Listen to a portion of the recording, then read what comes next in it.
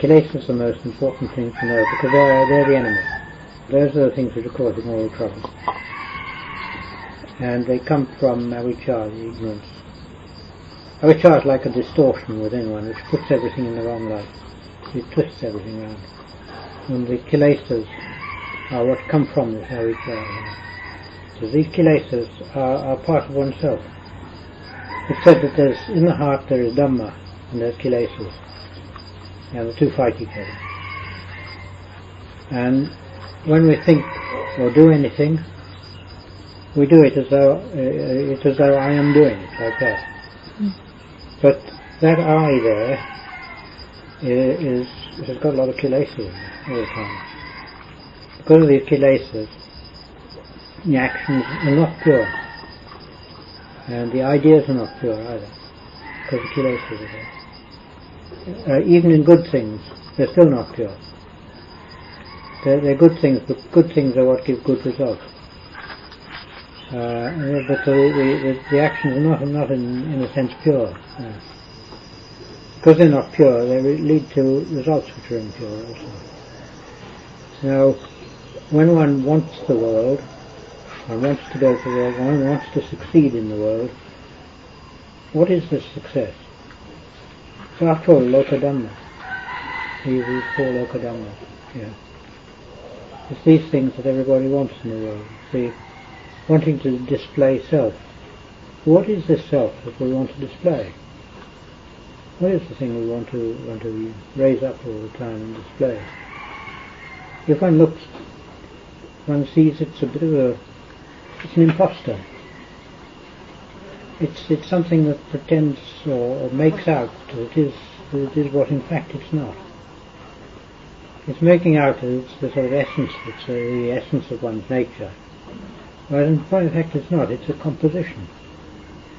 It's composed of 5 khandhas: body, feeling, memory, thought, consciousness.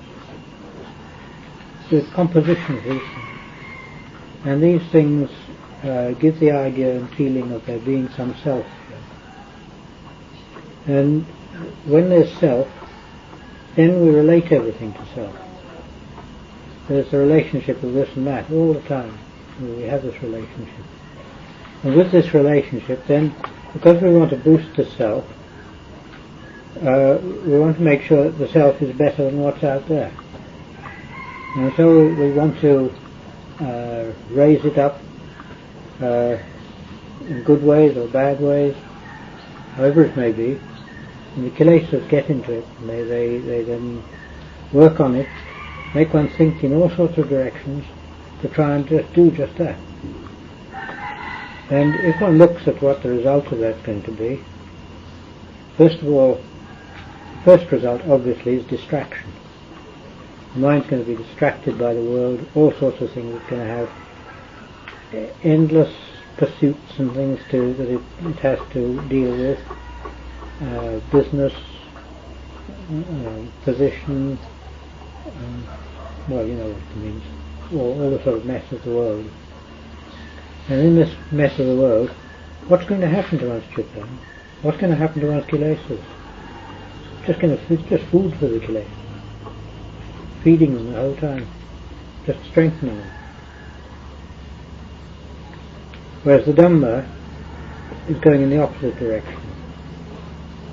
In Dhamma, it isn't that we destroy the self, we come to see that self is something of a non-entity. It's not that there's any destruction of it, because there's nothing much there to destroy. So it's all like a shadow. And if you don't get rid of the self, you come down to what the situation really is. Whereas some people say, well, I don't want to get rid of myself. In fact, there's nothing there to get rid of. It's just the one coming to understand. Also, fundamentally within us, there is the situation of Nirvana. There's the Buddha nature, if you like, there within us. It must be there. If it wasn't there, we couldn't get to it, because it's not something that can arise and cease. If anything arises, it must cease. So it means that Buddha nature must be there within us all the time. And this is the nature of Dhamma. This is the Dhamma in the heart. And there's always this pull in that direction. But the pull is not like the pull of the kilesas. It's not like the pull of the child who must have a sweet just now. He must have a toffee just now, you know. And that's the pull of the kilesas. Whereas the pull of Dhamma is a longing to get back to something we know is real. And it's a longing to get back to it's really a longing to go home. To go home in the true way. Which means that at home we're in a position where everything's just right. We can put our feet up and forget it. There's no problems, no trouble, nothing at all. We just feel everything's familiar. One can describe it like that. There's a term in Thai, Bert Barn, which means sort of the feeling of being back home. And this is the thing which comes up more in the Barn. It's the returning home, where I'm sure, like one's relatives know one, they know one's faults and they know one's virtues, and they accept them as they are, and they don't criticize. I mean, this isn't always the case in normal life, I know, but this is the sort of ideal. That is, there's always that pull, pulling them in that direction. It's a very gentle pull. It's not like the kilesas which grab hold of one.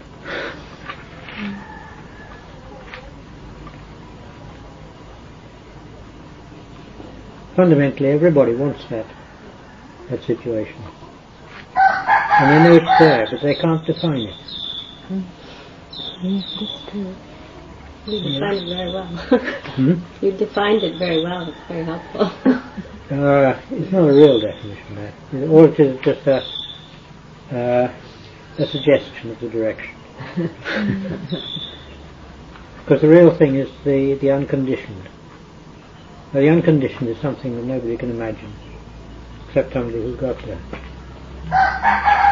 Because it's a state without any conditions, which means there are no definitions, no boundaries, no limits, total freedom.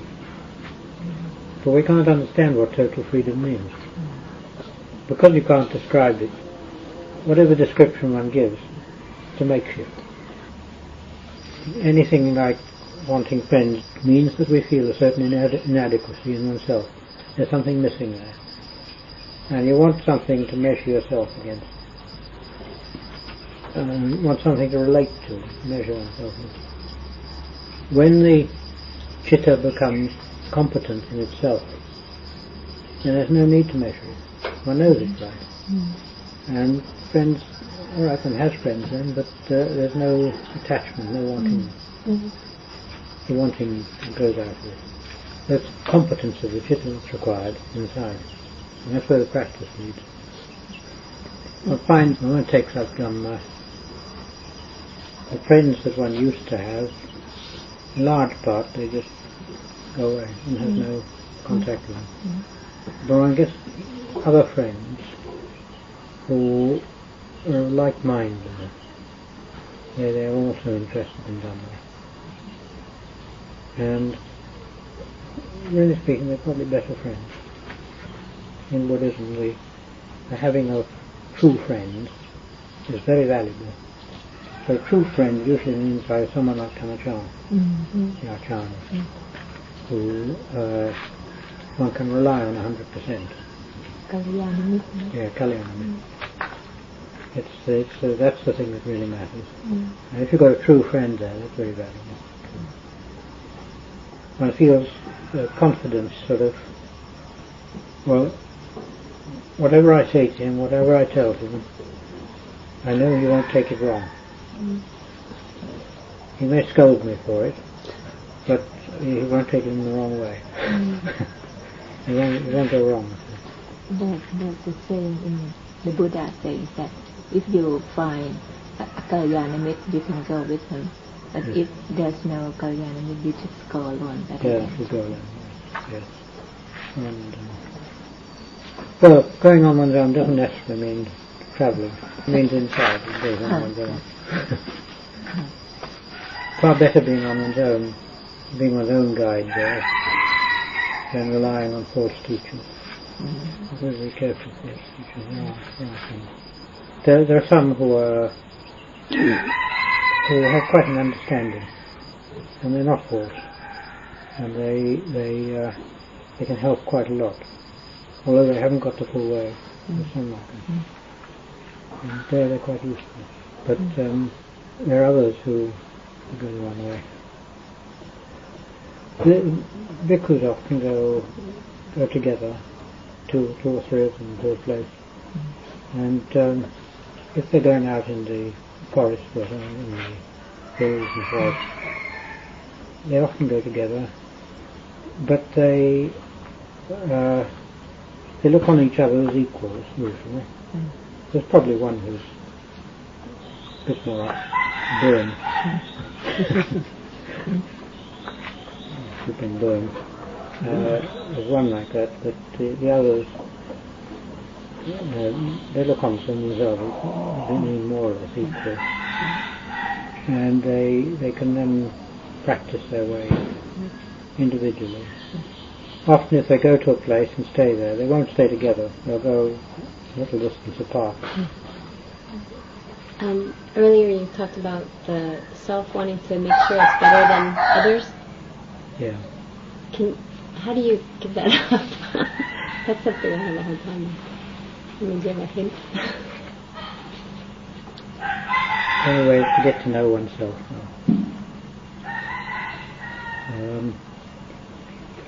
Try and look for the motive. Why do you want that?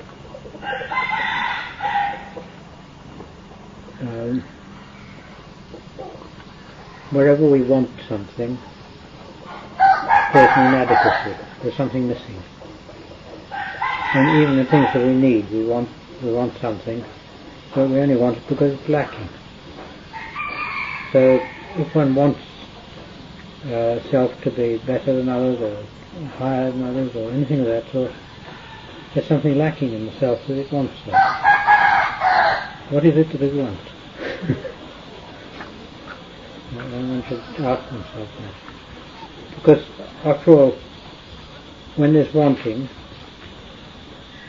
there's something lacking. When there's something lacking, one strives to get that, to perfect it, to attain it, whatever it is.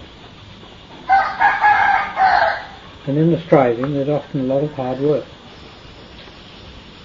trouble, all sorts of things come up. And if it's something that's really valuable, then it's worth it. But if it's not, it's just a lot of worthless suffering. So, and the striving in the world for position,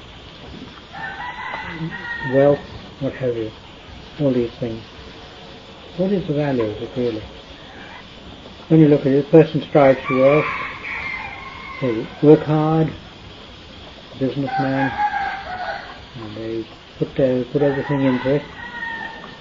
By the time they're 55, they're worn out, and they die of heart failure, and they throw the whole lot away.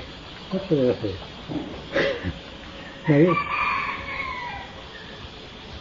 If one gets to a high position, much the same is true also. And then you retire, and then you aren't in a high position. And it doesn't help at all. I know I've known business people who they become very high in their business, then they retire, and they don't know what to do. They're lost. Because they've been the big boss, telling everybody, go here, do that, the phone's ringing all the time. Then they retire, and they're just sitting back home in an armchair and don't know what to do. Completely lost. In other words, what they've built up is something which is, it's like a shadow, it's something like cloud. It's not real. It's effective just for a time. And it's not something that's real inside themselves. One time I thought of people who are married. Are they really happy? I thought of the people I knew. I couldn't find one pair whom I could say was really happy. Always was, you get something that's wrong there, it's not right, it doesn't fit together. And then I found, when I was in England as a bhikkhu, I had quite a lot of people coming to see me, and so they brought problems and things like that. And somebody comes along, and they seem to be happy, they seem to have they seem to be wealthy enough, all good, a good family and so on. And then they talk to you and it all comes out. And the discontent, the trouble, the arguments they get into at home, and all sorts of things. And you find, there's no happiness there. I have two examples. I know two couples. I know them very well. I've lived with them in the same house for days, and I know both of them. They're very happy, but they're rooted in Dhamma. But there are happy people, but it's a rarity. I mean, in the suttas, there's a couple, I can't remember the names now, who had been husband and wife for 99 lives, I think, or something like that. They were well suited to each other. After that time. Is it possible to follow Dhamma and be married at the same time? Yes, certainly. Yeah. Good. One can follow Dhamma in any pursuit, as long as it's not actually a kusala, a bad pursuit. You can follow Dhamma. Certainly there's no reason why not. In fact, if one really follows Dhamma, the marriage starts going better. I've had examples of this. The thing is, whether one's husband or wife does it or not, for oneself, one should try and develop Dhamma in oneself, in one's heart.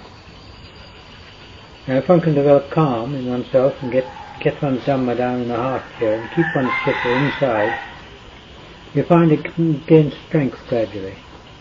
And you find that everything in marriage starts going more smoothly. Things go better. Everything starts evening out, so to speak. All these little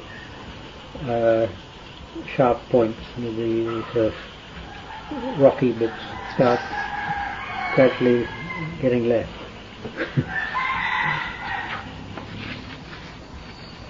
But don't you have to break off at a certain point? It's not that teaching because of your tanha, raga tanha. No, not that. I mean, the thing is that raga tanha will probably be reduced. That's probably so. But I mean, the Sotapana has still got raga tanha. It's not gone. So the Sakadayana hasn't gone.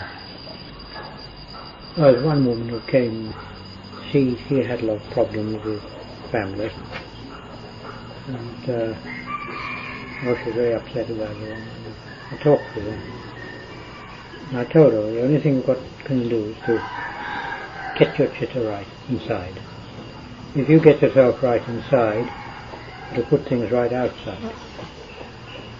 And I told her to do the Buddha practice, Buddha.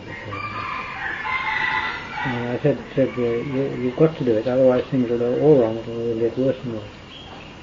And she took this and went away and did it, and she managed to do it and succeeded. And she got calm, and then later she got down to the heart. And nowadays she keeps her chitta there most of the time. And everything smoothed out completely. Very well. So what you're saying is that marriage and the way it goes together, but it's better without, or? Probably it's better on one's own. Firstly because the problems in marriage are not small. And I mean, although you do get people who are compatible, not so often. After all, two people who are attracted to one another, why are they attracted?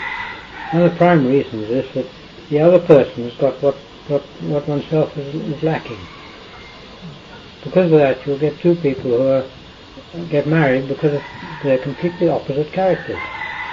That's no way to get on together. Except you have Dhamma. Except you have Dhamma. A lot of Dhamma. Right? You have to have a lot there because everything they see from different points of view. I mean, a greedy character, for instance, would tend to marry somebody who's predominantly strong in hate. Because they complement each other like that. But the thing is that because they're not a unity, in fact they go against each other. That's what tends to happen. I mean, the greedy person will understand things in one way, the person with hate will understand them in a quite different way. They're quite different characters. And this is what makes a lot of trouble. Lakchai, it's a very difficult thing to explain, Lakchai. Lakchai means it's a principle in the heart. Lak is a principle. It means literally lak means a sort of stake, post stuck in the ground, an anchor, something you would tie a buffalo to. But that's that sort of literal meaning. Lak. But Lakchai means it's some firm principle in one's heart. It means Dhamma in the heart. And when we've got that in the heart, then whatever happens, one can refer to it and get the understanding of it. It's sort of like the Philosopher Stone, which they said to have in the ancient days. One who's got the Philosopher's Stone, he can sort of use this and it will help him in all sorts of ways. It's interesting, people get very upset when there's disasters in the world or some terrible thing happens, and lots of people die. But we don't think what the real situation is, because the number of people who die in this world every day is something like 250,000. I mean, one thinks of that, 250,000 every day. And then one sees some disaster and they think, well, not so much.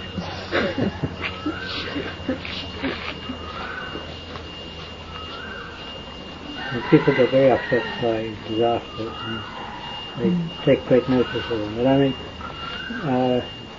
I mean, in the village two people have died just recently.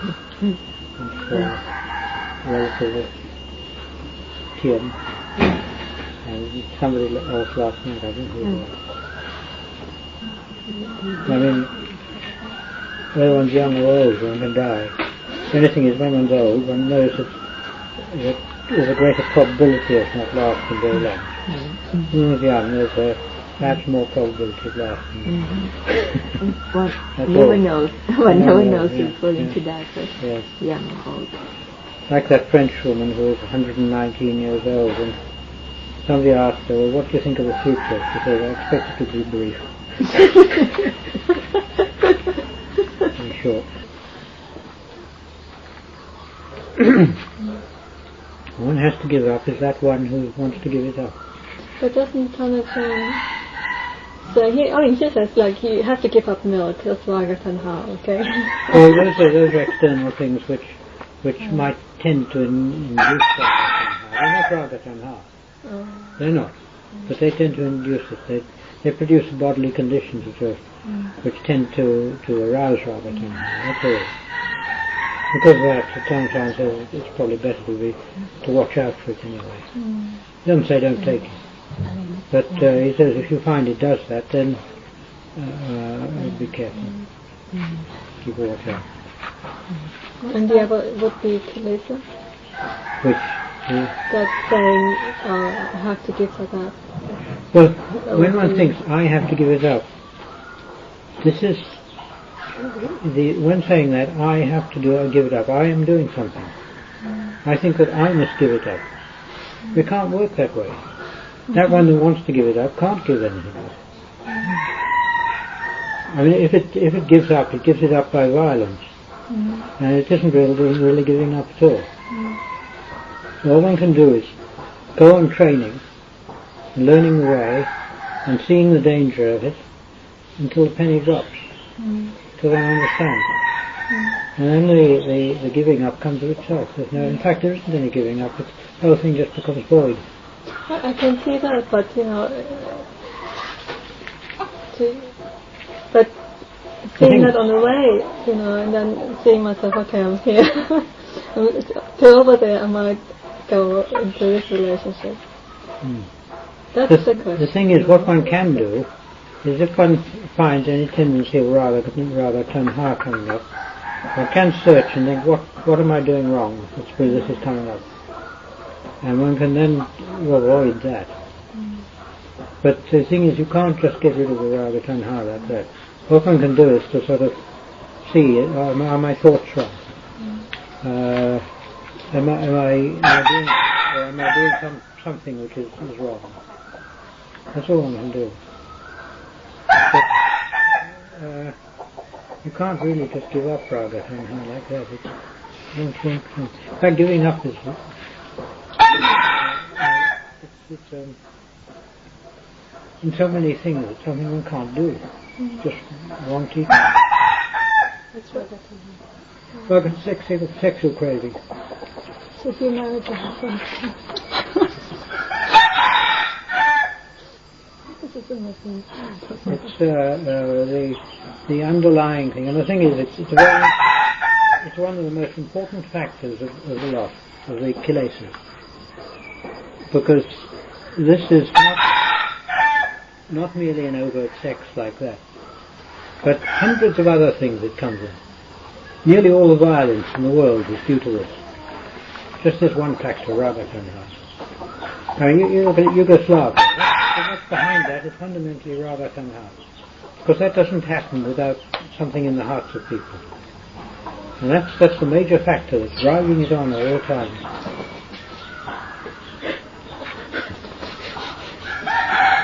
You see it with these too.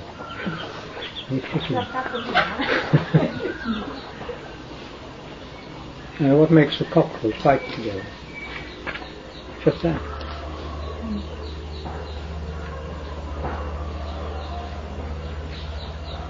Oh, it's one of the most important of the factors, and the things that spring from it are enormous. All sorts of activities which are not good. Most surprising things sometimes. I realize is when one sees what's behind it, and one realizes raga tanha. It's one should get to know very well and understand. It's very dangerous in the world. Coming from America, you should be able to see that quite easily. It's displayed so much in all its forms in America, in the television, radio, videos, a lot.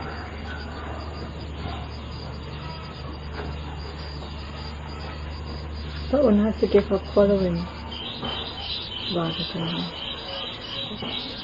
One has to observe in oneself what things arouse it, what things promote it, what things keep it going. And then one might, by the skillful thing to do is to recognize these things, and then try to be mindful enough to recognize when these arise and go away from them, turn away from them. Don't give them up, turn to something else. I mean, because of this one, we need something ready to turn to. You can use your practice, or you can use Buddha, repetition of Buddha, or you can do some chant or other, anything, just to turn away from it. The trouble is that raga tanha makes one think that there's absolutely nothing wrong with it. And that, everything's all right with it, nothing at all. And you doesn't realise that's all that's going. It's like a wild tiger. The story of the bhikkhu who was fanning an arahant. And mind sort of thought about him going back to his wife, you see. And he was thinking while he was standing like this that then we'd have a quarrel. And I'd hit her on the head and he'd hit the